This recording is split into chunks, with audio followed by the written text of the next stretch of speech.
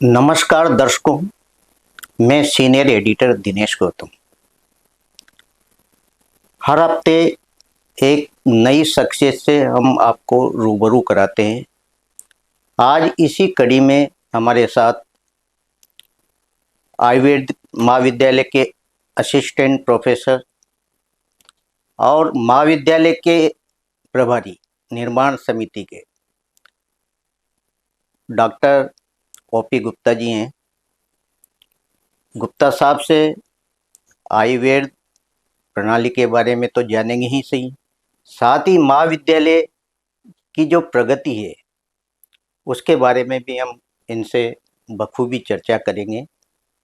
आइए बात करते हैं डॉक्टर ओपी गुप्ता जी से।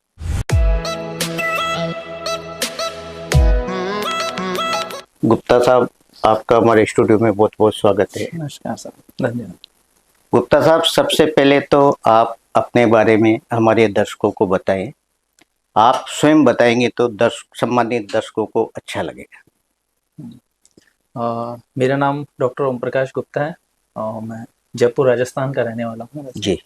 और मैं लगभग 12-13 साल से मेडिकल डिपार्टमेंट में मेडिकल ऑफिसर के पद पे मैंने काम किया है। जी जी। और उसके बाद मुझे असिस्टेंट प्रोफेसर के पद पर यहाँ के राजकीय आयुर्वेद एकीकृत महाविद्यालय जो है कोटा के अंदर, और उसके अंदर मुझे असिस्टेंट प्रोफेसर के पद पर यहाँ पर नियुक्त किया गया है। जी जी। तो मैं यहाँ रसशास्त्र भिषज्य कल्पना विभाग में अपनी सेवाएं दे रहा हूँ। जी जी।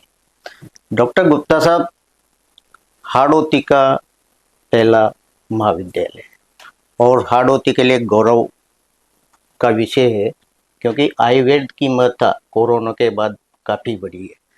तो किस तरह महाविद्यालय की प्रगति चल रही है सर? तो ये देखा जाए तो वैसे राजस्थान गवर्नमेंट या भारत सरकार का पूरा ध्यान आयुर्वेद की तरफ आकर्षित हुआ है जी। क्योंकि कोरोना के बाद बहुत सारी मेडिसिन हैं जिन्होंने बहुत ही अच्छे से इसको हमारे देश को बाहर निकाला है आयुर्वेदिक दवाइयों ने। जी जी। क्योंकि एलोपैथिक में बहुत सारी मेडिसिन हैं जो भी बहुत सारे साइड इफेक्ट्स भी देती हैं ऐसा। जी जी। तो लेकिन आयुर्वेद की कुछ ऐसी दवाइयाँ, ऐसी क्वाथ, ऐसी रसायन औषधियों ने काम किया और हमारा देश कोरोना से बाहर निकला। तो हमारा पूरे देश का या कहें तो आकर्षण जो है वो आयुर्वेद की तरफ बढ़ा है। बिल्कुल। तो हमारा जो महाविद्यालय है, आज पूरा राजस्थान के अंदर 6 महाविद्यालयों का निर्माण चल रहा है। इसमें हमें BMS के और BNYS यानी bachelor of Ayurveda medicine surgery जी जी और BNYS bachelor of naturopathy yoga and science, ये 2 सब्जेक्ट यहाँ पे चालू किए इन कोर्सेज। और इसके लिए हाड़ौती में सबसे बड़ा और सबसे बढ़िया कॉलेज का निर्माण किया गया है राजस्थान का। और सबसे पहले तैयार हुआ है कॉलेज जी। तो गुप्ता साहब, एक महाविद्यालय की जो संरचना होती है, यानी उसमें सब विभाग सुव्यवस्थित होने चाहिए, तो किस किस तरह के विभाग आपके महाविद्यालय में तैयार किए जाते हैं? इसके अंदर लगभग है ना 14 विभागों को बनाया गया है। और तो इसमें डिफरेंट विभाग को अलग अलग क्राइटेरिया में पूरा सेट किया गया है, जिसमें हर विभाग के अंदर अपनी अपनी लैब सेटल की गई है, फैकल्टी रूम सेटल किए गए हैं। जैसे मैं करूँ तो सबसे नीचे जैसे पहला विभाग जैसे रसशास्त्र भिषज्य कल्पना का बनाया गया, जिसमें फार्मेसी डिपार्टमेंट को बहुत ही अच्छे से डेवलप किया गया है। और इसमें डिफरेंट क्वालिटी कंट्रोल की लैब भी तैयार की गई। तो क्वालिटी कंट्रोल में हम जो भी मेडिसिन होगी उसकी हम क्या करेंगे, यहाँ टेस्टिंग कर पाएंगे और उसकी क्वालिटी का निर्धारण कर पाएंगे कि वो मेडिसिन वास्तव में प्रॉपर बनी है या नहीं है, वो यदि प्रॉपर तरीके से काम करेगी नहीं करेगी। तो बच्चों को इस पर रिसर्च करने का भी मौका मिलेगा। और डिफरेंट क्षेत्र में आज बड़ी बड़ी कंपनियां हैं जी। तो यहाँ से वो शिक्षण या शिक्षा लेकर और यहाँ से टीचिंग लेकर क्या होगी, वो डिफरेंट फार्मेसियों में अपनी सेवाएं दे सकते हैं। और फिर उसके बाद एनाटॉमी विभाग है एंड फिजियोलॉजी लैब है। जैसे हमारे डिफरेंट जो सब्जेक्ट है फर्स्ट ईयर के, वो सब्जेक्ट हमारे ग्राउंड फ्लोर पर हमने निर्धारित किए हैं जी। और जो फर्स्ट फ्लोर है उस पर हमने बाकी के जो डिपार्टमेंट है जैसे द्रवगुण विभाग है एंड पैथोलॉजी लैब्स हैं, पैथोलॉजी रोग एंड विकृति विज्ञान जिसको बोलते हैं हम आयुर्वेद के अंदर, और गायनी का डिपार्टमेंट है, पीडिया का डिपार्टमेंट है, बाल रोग। तो डिफरेंट विभागों को हमने सुव्यवस्थित किया है यहाँ पे। और बहुत ही अच्छे से यहाँ के जो टीचर्स हैं वो बहुत ही विवेकपूर्ण यहाँ पे बच्चों को अपनी शिक्षा देंगे।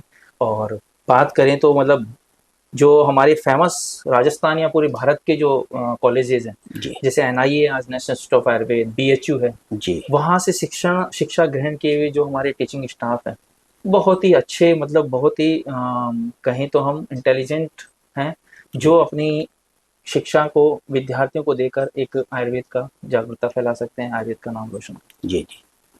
डॉक्टर ओपी गुप्ता जी, आयुर्वेद में हर्बल गार्डन की बहुत महत्वपूर्ण भूमिका होती है, तो कॉलेज परिसर में क्या इस तरह का कोई बगीचा आपने लगा रखा है ताकि जो अध्ययन करता है विद्यार्थी वो सीख सके जड़ी बूटियों के मामले में? हाँ बिल्कुल, हर्बल गार्डन का हमने लगभग बहुत ही जो हमारा चिकित्सालय बना है जी और कॉलेज के साइड के अंदर हमने एक हर्बल पार्क का निर्माण किया है। हर्बल पार्क के अंदर डिफरेंट डिफरेंट की हर औषधियों का हमने वहाँ पर उनको उगाया गया है जी और बहुत सारे ऐसे पौधे हैं जो शायद है ना ऐसी जड़ी बूटियां हैं जो आज लुप्त हो चुकी है, बिल्कुल। उनको भी उसके अंदर हमें उसका उनको उगाकर उनको विद्यार्थियों को जिससे ज्ञान मिल सके, उन औषधियों के पत्ते हैं, उनकी जो उनकी जड़ है, उनका कैसे कैसे उपयोग किया जाता है, जी कैसे कैसे बहुत सारी ऐसी व्याधियां हैं जिनमें हम उनके क्रू ड्रग्स को यूज करके ही हम उनका उपयोग कर सकते हैं। जी तो ऐसा हमने बहुत ही तरीके से डेवलप किया है। एक हमने डोम भी तैयार किया है जिसमें कुछ ऐसी औषधियां होती हैं जिनको हम क्या करते हैं धूप की रोशनी से बचाते हैं, तो अच्छा। उसके अंदर हम उनको उगाए जाना है, अभी थोड़ा सा चल जी रहा है जी प्रोसेस जी और इसको बहुत ही सुव्यवस्थित तरीके से इसको हमने उसका निर्माण किया है। जी। डॉक्टर ओपी गुप्ता जी, हाड़ौती में भी जो औषधियाँ हैं, औषधियों के जो पौधे हैं उसकी अपार संभावना है, तो क्या स्टूडेंटों को बाहरी तौर पे भी इस तरह का रिसर्च कराया जाएगा? हाँ, इसमें क्या है कि हमारा जो डीजी डिपार्टमेंट है, द्रवगुण विभाग है, जी वो क्या करता है इस पर हमारे कुछ बच्चों के लिए क्या होता है कि कुछ विजिटिंग्स होती हैं। जी जैसे हाड़ौती के अंदर बहुत सारी ऐसी औषधियाँ हैं, यहाँ पे वन क्षेत्र बने हुए हैं, जैसे चंबल का है जी एंड इस प्रकार के बहुत सारे ऐसे एरिया हैं जिनमें बहुत सारी बहुत महत्वपूर्ण औषधियाँ उगी हुई हैं। तो उनका उपयोग करके हम क्या कर सकते हैं, इसका हम कि कैसे औषधियाँ चिकित्सा के अंदर काम करती है, तो जी बच्चों को अध्ययन के लिए बाहर भी विजिट करवाई जाती है और विभिन्न-विभिन्न एरियो में दिखाकर उन औषधियों की पहचान, उनका नामकरण कि कैसे उनको पहचाना जाए, उनका तत्काल उपयोग किया जाए। जी इसके लिए उनका हमारी जो कोर्सेज बने हुए हैं द्रवगुण विभाग के द्वारा, जी उसके अंदर इनका उपयोग किया जाता है और उसका अध्ययन करवाया जाता है। जी। महाविद्यालय के जो अधीन कितने मतलब जो औषधालय वो संबद्ध है जिसमें आपके विद्यार्थी हाँ। अपनी सेवाएं देते होंगे? इसमें क्या है, मेन तो हमारा खुद का ही एक चिकित्सालय बनाया गया है जी जिसमें लगभग आज 300 की ओपीडी रहती है पर डे की। तो इसमें हर डिपार्टमेंट है, जैसे गायनी है, सर्जरी डिपार्टमेंट जैसे फिस्टूला जी आदि जी डिफरेंट डिफरेंट ऑपरेशन किए जाते हैं। गायनी के अंदर जैसे कोई भी पीसीओडी वगैरह जो भी डिजीजेस होती हैं जी उनका सफल इलाज किया जाता है। योगा का भी एक अलग से चिकित्सालय के अंदर एक पार्ट बना रखा है एंड हर विभाग के हर विशेषज्ञ बैठते हैं यहाँ पे, हर डिपार्टमेंट के, जैसे जी काय चिकित्सा हो गया, रसशास्त्र, हम रसायन और वाजीकरण की इकाई खोली गई है यहाँ पे जी और यहाँ पे सौंदर्य प्रसाधन के लिए भी एक इकाई खोली गई है। तो यानी जैसे द्रवगुण डिपार्टमेंट उसके अंदर क्या कर रहा है, सौंदर्य प्रसाधन पे काम कर रहा है, जैसे रसशास्त्र डिपार्टमेंट है रसायन वाजीकरण पे काम कर रहा है। तो आज जैसे बहुत सारी ऐसी व्याधियां हैं जो सेक्सुअल डिसऑर्डर्स पे बिल्कुल डिपेंडेंट होती है एंड रसायन से रिलेटेड होती है, आज दुर्बल प्रकृति हो गई है, इम्यूनिटी डाउन हो गई है, तो बिल्कुल इसके लिए भी रसायन वाजीकरण करके इकाई बनाई गई है। तो चिकित्सालय से संबंध जो भी हमारा मेन जो है हमारा खुद का चिकित्सालय है जी। जिसमें हमारे जो भी स्टूडेंट्स होंगे यहाँ के उनको वहाँ पर अध्ययन करवाया जाएगा और सब प्रकार का उनको नॉलेज दी जाएगी। गुप्ता साहब, आप निर्माण समिति से भी जुड़े हैं। जो वैद्य दाऊदयाल जोशी आयुर्वेद जो चिकित्सालय है वह उसका क्षेत्र अभी छोटा है, तो इसकी बढ़ाने की जरूरत है ताकि आपके सभी विभाग या जो भी विशेषज्ञ उसमें सेवाएं दे पाए। हाँ, तो बिल्कुल सही कह रहे हैं आप। डेफिनेटली एक छोटे एरिया में बसा हुआ है स्टार्टिंग में, जी लेकिन अभी क्या है इसका 40 करोड़ का हमारे पास बजट आया था, तो 40 करोड़ में से तो 21 करोड़ लगभग तो हमारे महाविद्यालय में इसको निर्माण जी करवाने में लगाया गया है। बाकी का जो लगभग 18 से 19 करोड़ बचा है वो हमारी जो चिकित्सालय है उसके विस्तार के अंदर हम उपयोग करेंगे। तो अभी उसकी फाइल भेज दी गई है और जल्दी उस पर सैंक्शन आने के बाद हमारा जो हॉस्पिटल है उसको बड़े लेवल पर डेवलप किया जाएगा और हर विभाग का निर्धारण करके उसको बनाया जाए। डॉक्टर गुप्ता साहब, निर्माण समिति में तो आप एक इंचार्ज भी हैं वहाँ के, तो क्या सोच है आपकी इस महाविद्यालय को आगे बढ़ाने की? हमारी यही सोच है कि राजस्थान का ही नहीं या हाड़ौती का ही नहीं, इस देश का सबसे मतलब बेस्ट और सबसे डेवलप्ड मतलब जो कहते हैं विकसित था, जी जी उस कॉलेज के अंदर दिखे। जैसे आज हमने क्लासरूम्स में डेवलप किया है, बच्चों को स्मार्ट क्लासरूम्स बना दिए गए हैं, यानी स्मार्ट क्लासरूम्स में यानी हर फैसिलिटी बच्चों को, टीचर्स को बोर्ड पे पढ़ाने की जरूरत नहीं पड़ेगी, जी उनको जी ऑटोमेटिक हम लैपटॉप या जो भी है बच्चा पीपीटी के माध्यम से उस ज्ञान को ग्रहण कर सकता है। ऑनलाइन पूरा सिस्टम है, वाईफाई पूरा कॉलेज कर दिया गया है, जी और स्मार्ट क्लासरूम्स में बड़ी बड़ी एलईडी स्क्रीन्स हैं जिन पर स्टूडेंट्स को पढ़ाया जाएगा। तो जितना भी हम लेटेस्ट डेवलपमेंट चाहते हैं ना कॉलेज के लिए, जी जी उतना हम यहाँ पर प्रयास कर रहे हैं कि हमारे को लेटेस्ट है पूरा कॉलेज। हम कहें तो फायर सिस्टम से या फिर कैमरास वगैरह जी जी कंप्लीट, जो एक मतलब एक आधुनिक विकसित जो कॉलेजेस होते हैं ना, जी वैसा इसको डेवलप किया जा रहा है। तो जी इसी भी प्रयास किया जा रहा है कि जितना हमारे को बजट आएगा उसके अकॉर्डिंग हम इस पर काम करेंगे बहुत और सुंदर। इसको आधुनिकता की ओर लेके जाएंगे। जी गुप्ता साहब, जो स्टूडेंट है जो अध्ययन रखते हैं आपके महाविद्यालय में, तो उनके लिए क्या हॉस्टल की सुविधा है या खान पान की क्या हाँ व्यवस्था है हाँ, उनके तो लिए? इसके अभी हाल फिलहाल जो कॉलेज का जो बजट था जी उसमें हॉस्टल्स वगैरह का इसका नहीं दिया गया था। जी लेकिन हमने, क्योंकि बच्चे आने लगभग लगभग 300 स्टूडेंट्स इस कॉलेज में पढ़ रहे हैं बिल्कुल। बीएमएस बीएनवाईएस के, तो डेफिनेटली उनको हॉस्टल्स वगैरह की भी आवश्यकता है। तो हमारा जो नेक्स्ट बजट हमने भेजा है इसमें हमने हॉस्टल्स हैं, बॉयज हॉस्टल, जी गर्ल्स हॉस्टल, और एक बहुत बड़ी आधुनिक विकसित मतलब कैंटीन का निर्माण किया जा रहा है वहाँ पे। जी और बच्चों के लिए प्ले ग्राउंड वगैरह है, एंड डिफरेंट तरीके से उनको निर्माण किया जा रहा है कि जिससे बच्चों को अच्छी नॉलेज मिल सके, और साथ के साथ पढ़ाई के साथ साथ उनको खेल में भी वो आगे अग्रणी हो सके, उनकी बिल्कुल मानसिकता अच्छी रहे। आजकल क्योंकि स्टडी वगैरह से भी डिप्रेशन में जा रहा है, बिल्कुल बिल्कुल। तो इसलिए हम चाहते हैं कि उसको हर प्रकार की फैसिलिटी मिले बच्चे को, और वो हर प्रकार के हर क्षेत्र में आगे बढ़े, इसके लिए जी प्रयास किया जाए। गुप्ता साहब, योग और प्राकृतिक चिकित्सा यानी एकीकृत कॉलेज है, तो इसमें किस तरह मतलब शिक्षा दी जाएगी? हाँ, इसमें क्या होगा कि जैसे आज हमारे आयुष नाम से हमने पूरा का पूरा एक डिपार्टमेंट है, जी जिसमें आयुर्वेद भी आता है, योग, यूनानी, होम्योपैथिक सारा आता है। जी तो हमारे इस कॉलेज को राजकीय आयुर्वेद योग एवं प्राकृतिक एकीकृत महाविद्यालय के रूप में इसका निर्माण हुआ है, जिसमें एक ही छत के नीचे आयुर्वेद और योग एंड प्राकृतिक की दोनों की डिग्रियां दी जा रही है। बहुत और सुंदर। योग के साथ मतलब बच्चों को आयुर्वेद चिकित्सा के साथ साथ उनको योग, क्योंकि योग आज दुनिया की पहचान बन गया है, बिल्कुल पूरी वर्ल्ड के अंदर आज डिफरेंट डिफरेंट कंट्रीज के अंदर योग का बहुत महत्व है। तो योग के माध्यम से और आयुर्वेद चिकित्सा के माध्यम से, दोनों के माध्यम से कैसे देश स्वस्थ बन सके, और देश में आयुर्वेद और योग के प्रति कैसे जागरूकता फैल सके, और बच्चे यहाँ के पढ़ लिख कर डिफरेंट डिफरेंट क्षेत्र में अपनी रिसर्च को प्रस्तुत कर सके, इसके लिए बहुत ही तरीके से इसका निर्माण किया गया है।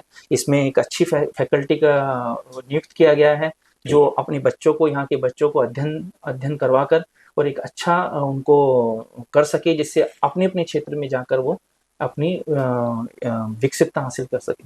जी।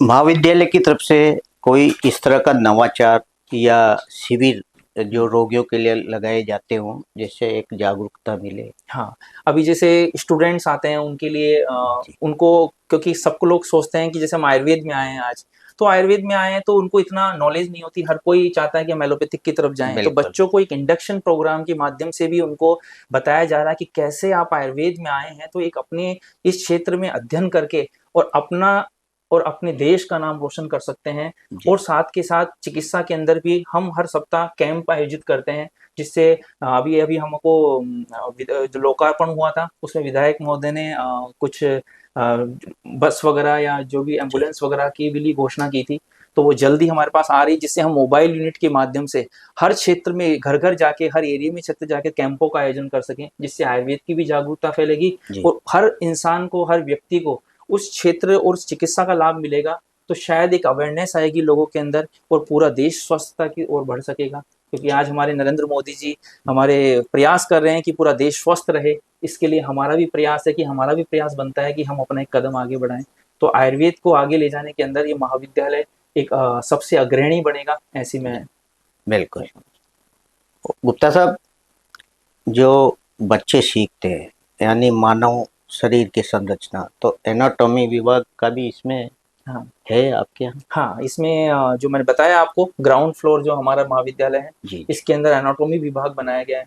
जिसमें लगभग है ना डिसेक्शन रूम बनाया गया है अलग से कि बॉडी को डिसेक्शन, और डिसेक्शन टैंक बनाए गए हैं। इट मीन्स डिसेक्शन के लिए जो बॉडी आएगी हमारे पास, तो जी बॉडी को रिजर्व करने के लिए भी टैंक्स है हमारे पास, जिसमें हम बॉडी को रिजर्व करेंगे फॉर्मेलिन में। एंड पूरा का पूरा डिसेक्शन कैसे करवाया जाएगा, इसके लिए हमने एक, आपने सुना हो तो, एक आधुनिक टेक्नोलॉजी की एक हमारे उसके लिए भी हमने बजट भेजा हुआ है कि जिसमें है ना उस हमें उस जो मशीन होगी उसी के अंदर पूरी बॉडी कैसे डिसेक्शन किया जाता है, वो पूरा का पूरा हम एक एक स्टूडेंट को हम समझा पाएंगे और वो प्रॉपर तरीके से प्रैक्टिकल कर पाएगी उस बॉडी के ऊपर, जो बॉडी हमने मंगाई है, कि जिससे एक एक जो स्टूडेंट है उसको शव छेदन के बारे में पता चले कि हमारी बॉडी में कौन कौन से पार्ट्स हैं, बिल्कुल कहाँ कैसे काम करते हैं, और एक उनको अच्छा सा प्रयास किया जा रहा है इसके लिए। जी।